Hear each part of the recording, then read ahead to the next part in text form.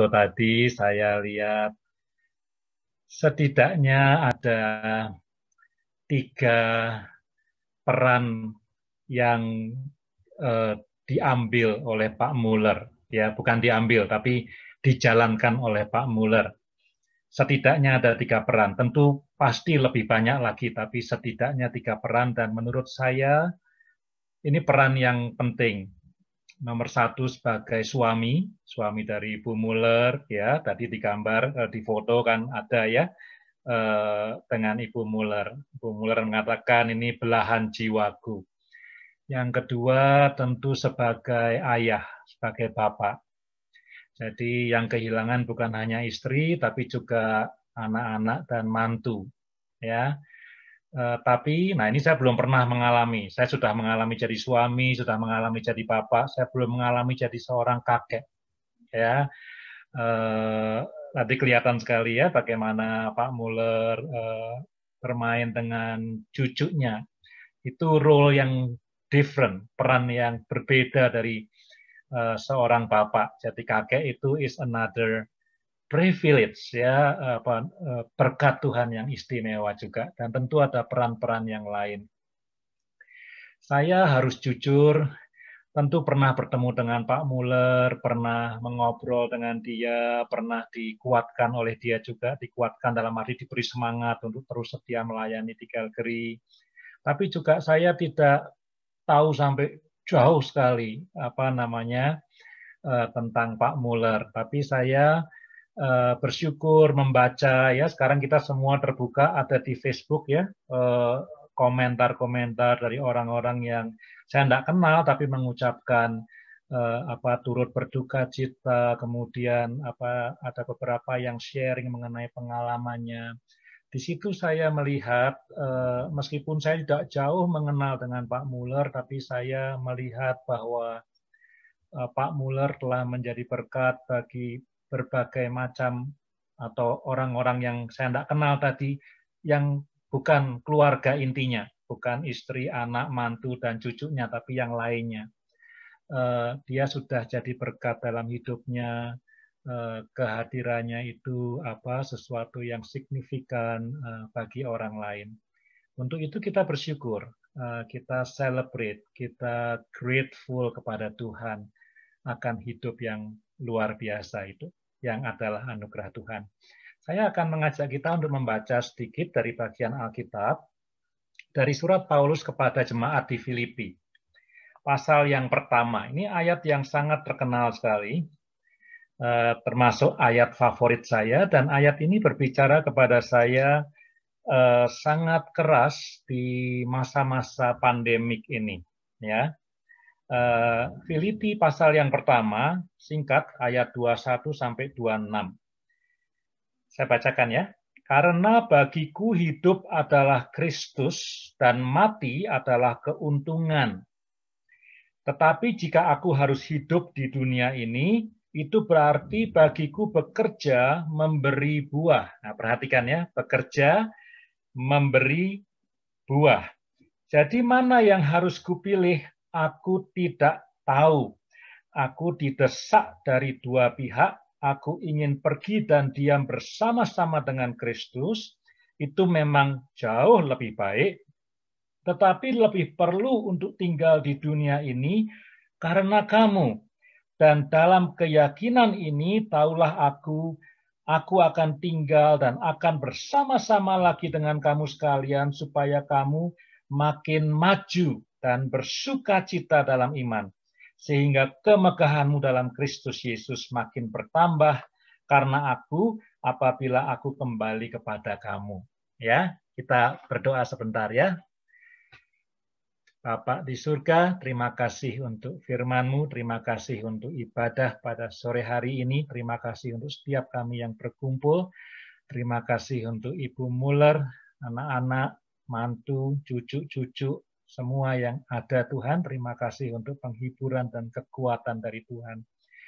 Terima kasih di dalam nama Tuhan Yesus kami berdoa. Amin. Saudara, ayat-ayat ini adalah ayat-ayat yang terkenal sekali dan untuk orang Kristen, ya, orang yang percaya Tuhan Yesus, ayat yang luar biasa, meskipun tidak semuanya betul-betul tahu gitu ya. Cuman tahu, oh mati adalah keuntungan, kalau hidup harus melayani. Ya sudah gitu aja. Artinya selama kita hidup kita harus melayani. Kalau mati meskipun sedih ya karena namanya juga orang percaya, dijamin keselamatannya ya sudah deh. Kalau gitu namanya keuntungan gitu ya. Jadi penafsir orang pada umumnya seperti itu karena di dalam Wahyu 14 kan dikatakan berbahagialah, blessed, diberkatilah orang yang mati dan mati dalam Kristus, gitu ya. Jadi orang berpikir bahwa oh latar belakang dari pemikiran Paulus adalah apa yang ada di Wahyu. Kalau hidup harus melayani, tapi kalau mati meskipun sedih, yang sedih yang masih hidup ya, bukan yang sudah mati, yang mati tidak merasa apa-apa gitu ya.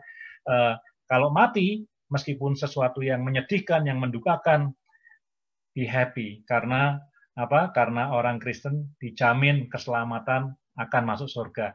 Maka itu saya senang sekali dari klip tadi. Dari klip tadi ada satu kata-kata yang sangat menghibur saya. Sekali lagi, ini pasti akan sangat menghibur Ibu Muller, anak, mantu, dan cucu. Saya aja terhibur sekali. Ada kata-kata iman.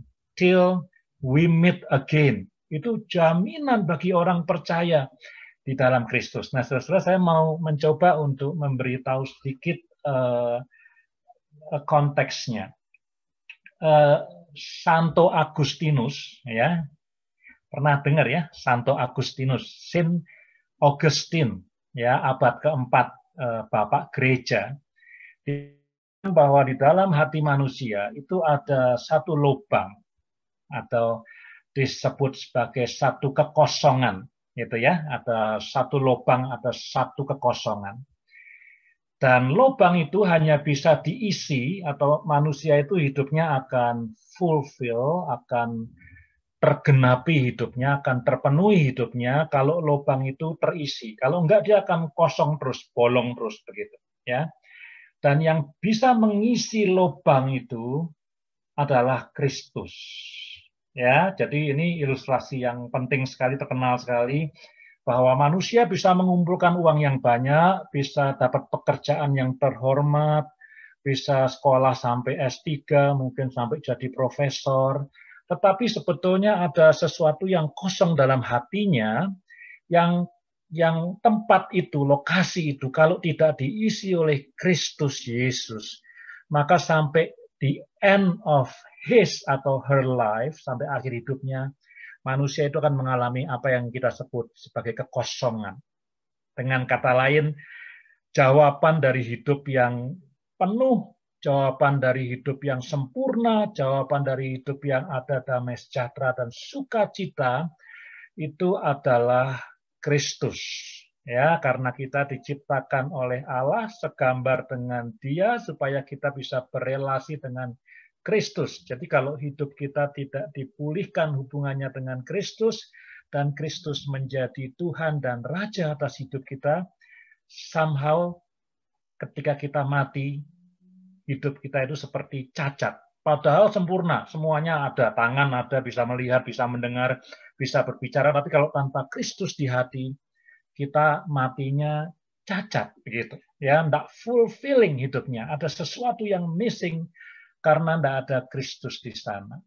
Ya, nah karena itu ketika Paulus mengatakan bahwa kalau aku itu nanti mati adalah suatu keuntungan, ya, karena Paulus bukan hanya yakin mau masuk surga, bukan cuma itu, tapi karena dia akan bertemu dengan satu figur, tadi kita baca di ayat-ayat selanjutnya, ayat yang hebatnya ayat 21, tapi penjelasannya di bawahnya, karena dia akan ketemu dengan Kristus sendiri, yaitu dia yang telah mengubah hidupnya Paulus, yang harusnya empty, tapi menjadi fulfilling. Jadi dia akan ketemu dengan satu orang yang luar biasa, yang telah mengubah hidupnya. Kita ini rakyat biasa. Kalau di Kanada mau ketemu dengan Prime Minister Trudeau, kita pasti senang banget, siap-siap. Meskipun katakanlah kita aliran politiknya beda, ya, Trudeau liberal. Katakanlah kita ini orang konservatif, tapi kalau diundang makan malam sama Trudeau, wah pasti pakai pakaian yang bagus, siap-siap mau selfie kita. Atau di Indonesia mau ketemu Presiden Jokowi. Meskipun kita itu lawannya dia barangkali kalau diundang untuk makan sama dia, waduh siap-siap ya bawa handphone supaya bisa selfie dengan dia. Paulus kalau mati itu ketemu Kristus dengan tanpa halangan apa-apa lagi. Jadi dia is so excited, lebih daripada masuk surga, tapi so excited akan ketemu dengan orang yang telah mengubah hidupnya, yang telah mengisi kekosongan lubang dalam hatinya itu. Itu Kristus. Nah, saudara-saudara, tentu ya kalau ditanya misalnya siapa aja ya tanya misalnya apakah Bapak mau mati? Jawabannya pasti apa? Nggak mau. Ya saya juga ditanya mau mati sekarang? Ya nggak mau gitu ya. Oh pasti kita akan mengatakan tugasku belum selesai ya. Kalau yang baru menikah barangkali belum punya anak, aku masih ingin punya anak. Kalau anaknya masih kecil-kecil, aku mau ingin membesarkan anak-anakku. Kalau anaknya sudah besar, sudah kuliah, aku ingin lihat anakku menikah. Ya, apalagi culture budaya Indonesia, kayaknya kalau punya anak belum lengkap. Anaknya sampai menikah baru tugas papa dan mama selesai, gitu ya. Nanti kalau anaknya sudah menikah, aku mesti tunggu sampai anakku punya cucu. Ada pengharapan. Tidak ada yang salah dengan pengharapan atau budaya seperti itu. Jadi ditunggu sampai kemudian cucunya lahir. Cucunya lahir, ya kalau masih kuat, kita bilang, waduh ini Tuhan hebat, aku mau lihat cucuku menikah, gitu ya. Sampai punya buyut dan seterusnya, dan seterusnya. Ya, jadi orang, termasuk saya, enggak ada orang yang, ya aku mau mati aja, gitu ya. Kalau itu mungkin repot, gitu ya. Pasti ingin hidup bahagia dengan keluarga, dengan spouses, dengan anak, cucu, dan seterusnya, gitu ya. Tapi seperti tadi, ada suatu jeritan, ya, ini saya kaget sekali waktu baca firman ini, ada satu jeritan di dalam hati manusia yang percaya Yesus nih ya. Kalau yang tidak percaya Yesus ya tidak dihitung ya. Manusia yang percaya kepada Yesus itu ada jeritan dalam hatinya yang tidak terdengar dan kadang-kadang bahkan tidak terdengar oleh dirinya sendiri. Bahwa sebetulnya yang dia paling inginkan itu adalah bertemu dengan Kristus tanpa batas. Ya, ada lubang, ada satu ruang dalam hati kita yang tidak bisa diisi oleh yang lainnya kecuali oleh Kristus. Itu bagaimana Agustin membaca Paulus gitu ya, ada sesuatu yang kosong. Itu jeritan hati manusia. Aku ingin bertemu dengan orang yang telah mengubah hidupku yang seharusnya empty, kosong, itu menjadi hidup yang penuh dan whole begitu. Ya, jadi ada jeritan hati. Tidak tahu, kadang-kadang diri sendiri tidak bisa tahu itu. Tapi sebetulnya Yesus, aku pengen ketemu sama engkau, aku pengen kamu pangku, aku ingin memeluk engkau, aku ingin hidup enjoying dengan engkau. Seperti itu. Oleh karena itu, satu hal yang saya ingin yakinkan khususnya kepada Ibu Muller dan anak-anak ya, dan mantu ya, dan semuanya kita di sini, kalau ada orang percaya Yesus dan dia mati, meskipun orang-orang yang mengasihinya yang masih hidup akan menangis berduka, ya, kehilangan orang yang dikasihi, tetapi perhatikan bahwa Tuhan itu baik karena apa? Tuhan sedang menjawab teriakan hatinya yang paling dalam yang mungkin dia sendiri tidak bisa mendengar. Kelebihannya Paulus apa? Paulus tahu bagiku mati adalah keuntungan. Banyak orang Kristen yang mengatakan mati adalah keuntungan, mikirnya cuma masuk surga. Ya, kalau dia misalnya sakit, katakanlah sakit kanker, ya sudah penderitaannya hilang. Sekarang di surga kan tidak ada sakit lagi. Kalau dia miskin atau lapar, di surga tidak ada lapar lagi. Kalau yang meninggal ini punya banyak konflik dengan orang lain, setelah meninggal orang bilang kan di surga tidak ada konflik lagi, tidak ada musuh-musuhan lagi.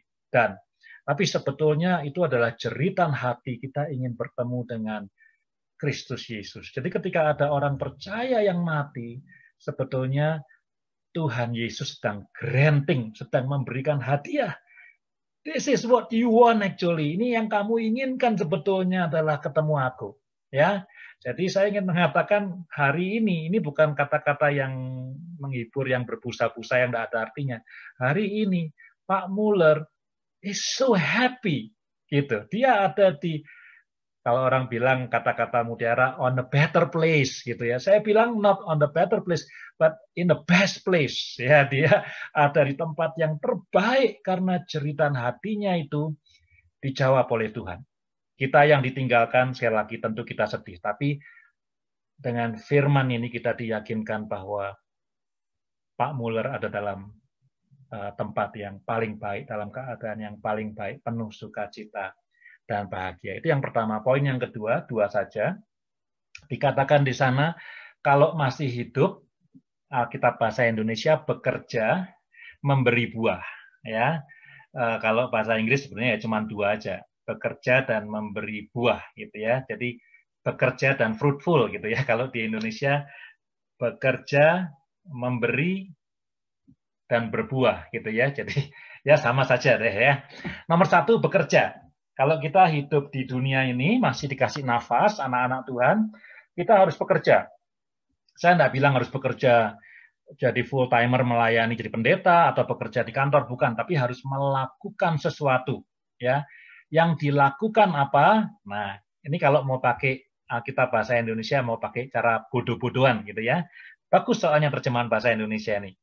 Yang kedua adalah memberi, ya, memberi. Jadi melakukannya apa? Melakukan sesuatu yang memberi. Jadi bukan yang nyedot, gitu ya, bukan yang absorb, bukan yang apa itu kalau kemana-mana apa ngabis-ngabiskan apa tenaganya orang, emosinya orang, uangnya orang, tapi kalau kemana-mana bagi-bagi gitu. Jadi orang kalau ketemu kita, he or she is generous gitu ya, bagi-bagi, ya baginya yang baik tentunya. Nah tentu yang ketiga berbuah itu bicara soal impact, impactful. Ya tadi saya sudah cerita di halaman Facebook, saya melihat bagaimana dampak kehidupan dari Pak Muller gitu ya. Nah, ini kita yang ditinggalkan yang masih hidup ya, bukan cuma keluarga tapi kita jemaat House for Nation Calgary, semua yang mendengarkan ibadah pada malam hari ini, kita dipanggil untuk bekerja. Jadi selama hidup we have to do something, tapi bekerja yang apa? Kita pikir bekerja supaya collecting money gitu. Kita pikir bekerja supaya bisa membayar cicilan rumah, bekerja supaya bisa beli mobil, ya, there's nothing wrong, tapi kata Paulus, you do something, sehingga melalui pekerjaanmu, you give something untuk orang lain, to the community, to your neighbors, gitu ya, kepada anak, cucu, teman-teman, you give something. Nah, giving-nya itu sesuatu yang sifatnya impactful, ya, sesuatu yang mengubah, sesuatu yang punya dampak yang positif, gitu ya. Buah itu kan menggambarkan dampak yang positif. Ya, Alkitab kita khususnya Perjanjian Baru banyak bicara soal buah. Orang Kristen yang berbuah, gitu ya. Di dalam Yohanes 15 berapa hari yang lalu, minggu lalu saya share kalau kita nggak berbuah, Yesus pokok anggur, kita carang-carangnya. Kalau nggak berbuah, dipotong sama Tuhan.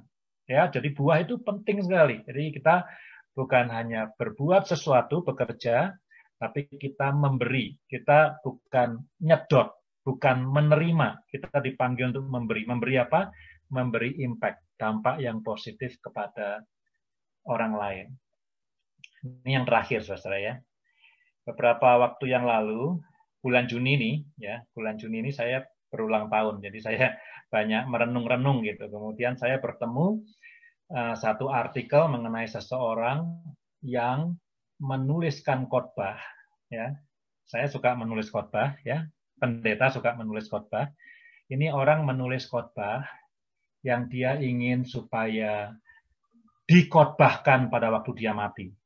Waduh, kaget. Saya baru tahu nih tahun ini, bulan ini baru tahu ada orang ini. Jadi dia ingin menulis khotbahnya sendiri supaya nanti kalau mati, ya kira-kira nih daripada pendetanya ngomong yang macam-macam, udah ini aku udah punya khotbah buat diriku sendiri, tinggal dibaca khotbahnya. Anyway, saya merenung-renung itu dan kemudian Saya mencoba-coba, ini saya mencoba-coba berapa hari ini untuk memikirkan saya mau khotbah apa kalau saya mati gitu. Kalau misalnya saya mati di peti dan kemudian saya bisa juga berdiri di situ dan saya mau khotbah apa? Saya pikirin nih sekarang ini. Dan pandemi ini, saya tadi cerita ya sesuatu yang related yang saya sharing. Pandemi ini kita semua manusia ya, Kristen atau tidak Kristen, kita semua tahu bahwa one day kita akan mati, betul nggak? Ya, satu hari kita akan mati. Kalau Kristen kita tahu, yang percaya Yesus, kita mati, Tuhan jemput, kita akan bersama-sama dengan Dia dalam sukacita yang kekal. Amin. Itu pengharapan yang hidup yang pasti bagi anak-anak Tuhan. Tapi saudara, ketika pandemi ini terjadi, saya tidak usah cerita dengan detail. Saya melihat kematian itu belum seperti Paulus. Kalau Paulus itu sadar akan ceritanya. To me, to die is to gain. Wah, itu orang, saya bilang itu orang tanda kutip orang gila gitu ya. Orang semua mau hidup sehat, hidup lama gitu ya, long live gitu. To me, to die is to gain. Wah, itu luar biasa. Saya belum sampai ke situ. Tapi saya juga lebih ya, ini saya bukan hebat, tapi ini refleksi saya. Saya lebih daripada believing that one day I will die. More than that. Saya kalau pakai bahasa, saya pernah sharing sama Ali, saya sekarang anticipating. Mungkin bahasanya gitu, ya. Jadi bukan cuma believing that one day I will die and go to heaven, tapi anticipating. Tapi juga bukan mau mati. Kalau mau mati kan nanti dikirain mau bunuh diri gitu kan. Enggak ada pikiran mau bunuh diri. Tapi satu langkah lebih daripada hanya percaya bahwa one day itu akan meninggal. Ya, pandemi ini mengajarkan kepada saya. Beberapa orang bertanya kepada saya masih ingat Putra juga pernah, Putra mungkin bukan bertanya, tapi ada yang bertanya atau bagaimana, kenapa ya hamba Tuhan ini meninggal dalam kena COVID-19, dia meninggal. Nggak tahu Putra masih ingat nggak? Jawaban saya, Pak. Jawaban saya waktu itu kan di heboh ya, hamba Tuhan yang ibadah terus satu gereja mati misalnya gitu ya, atau banyak yang kena. Saya bilang hamba Tuhan ini atau siapapun itu mati karena sudah waktunya.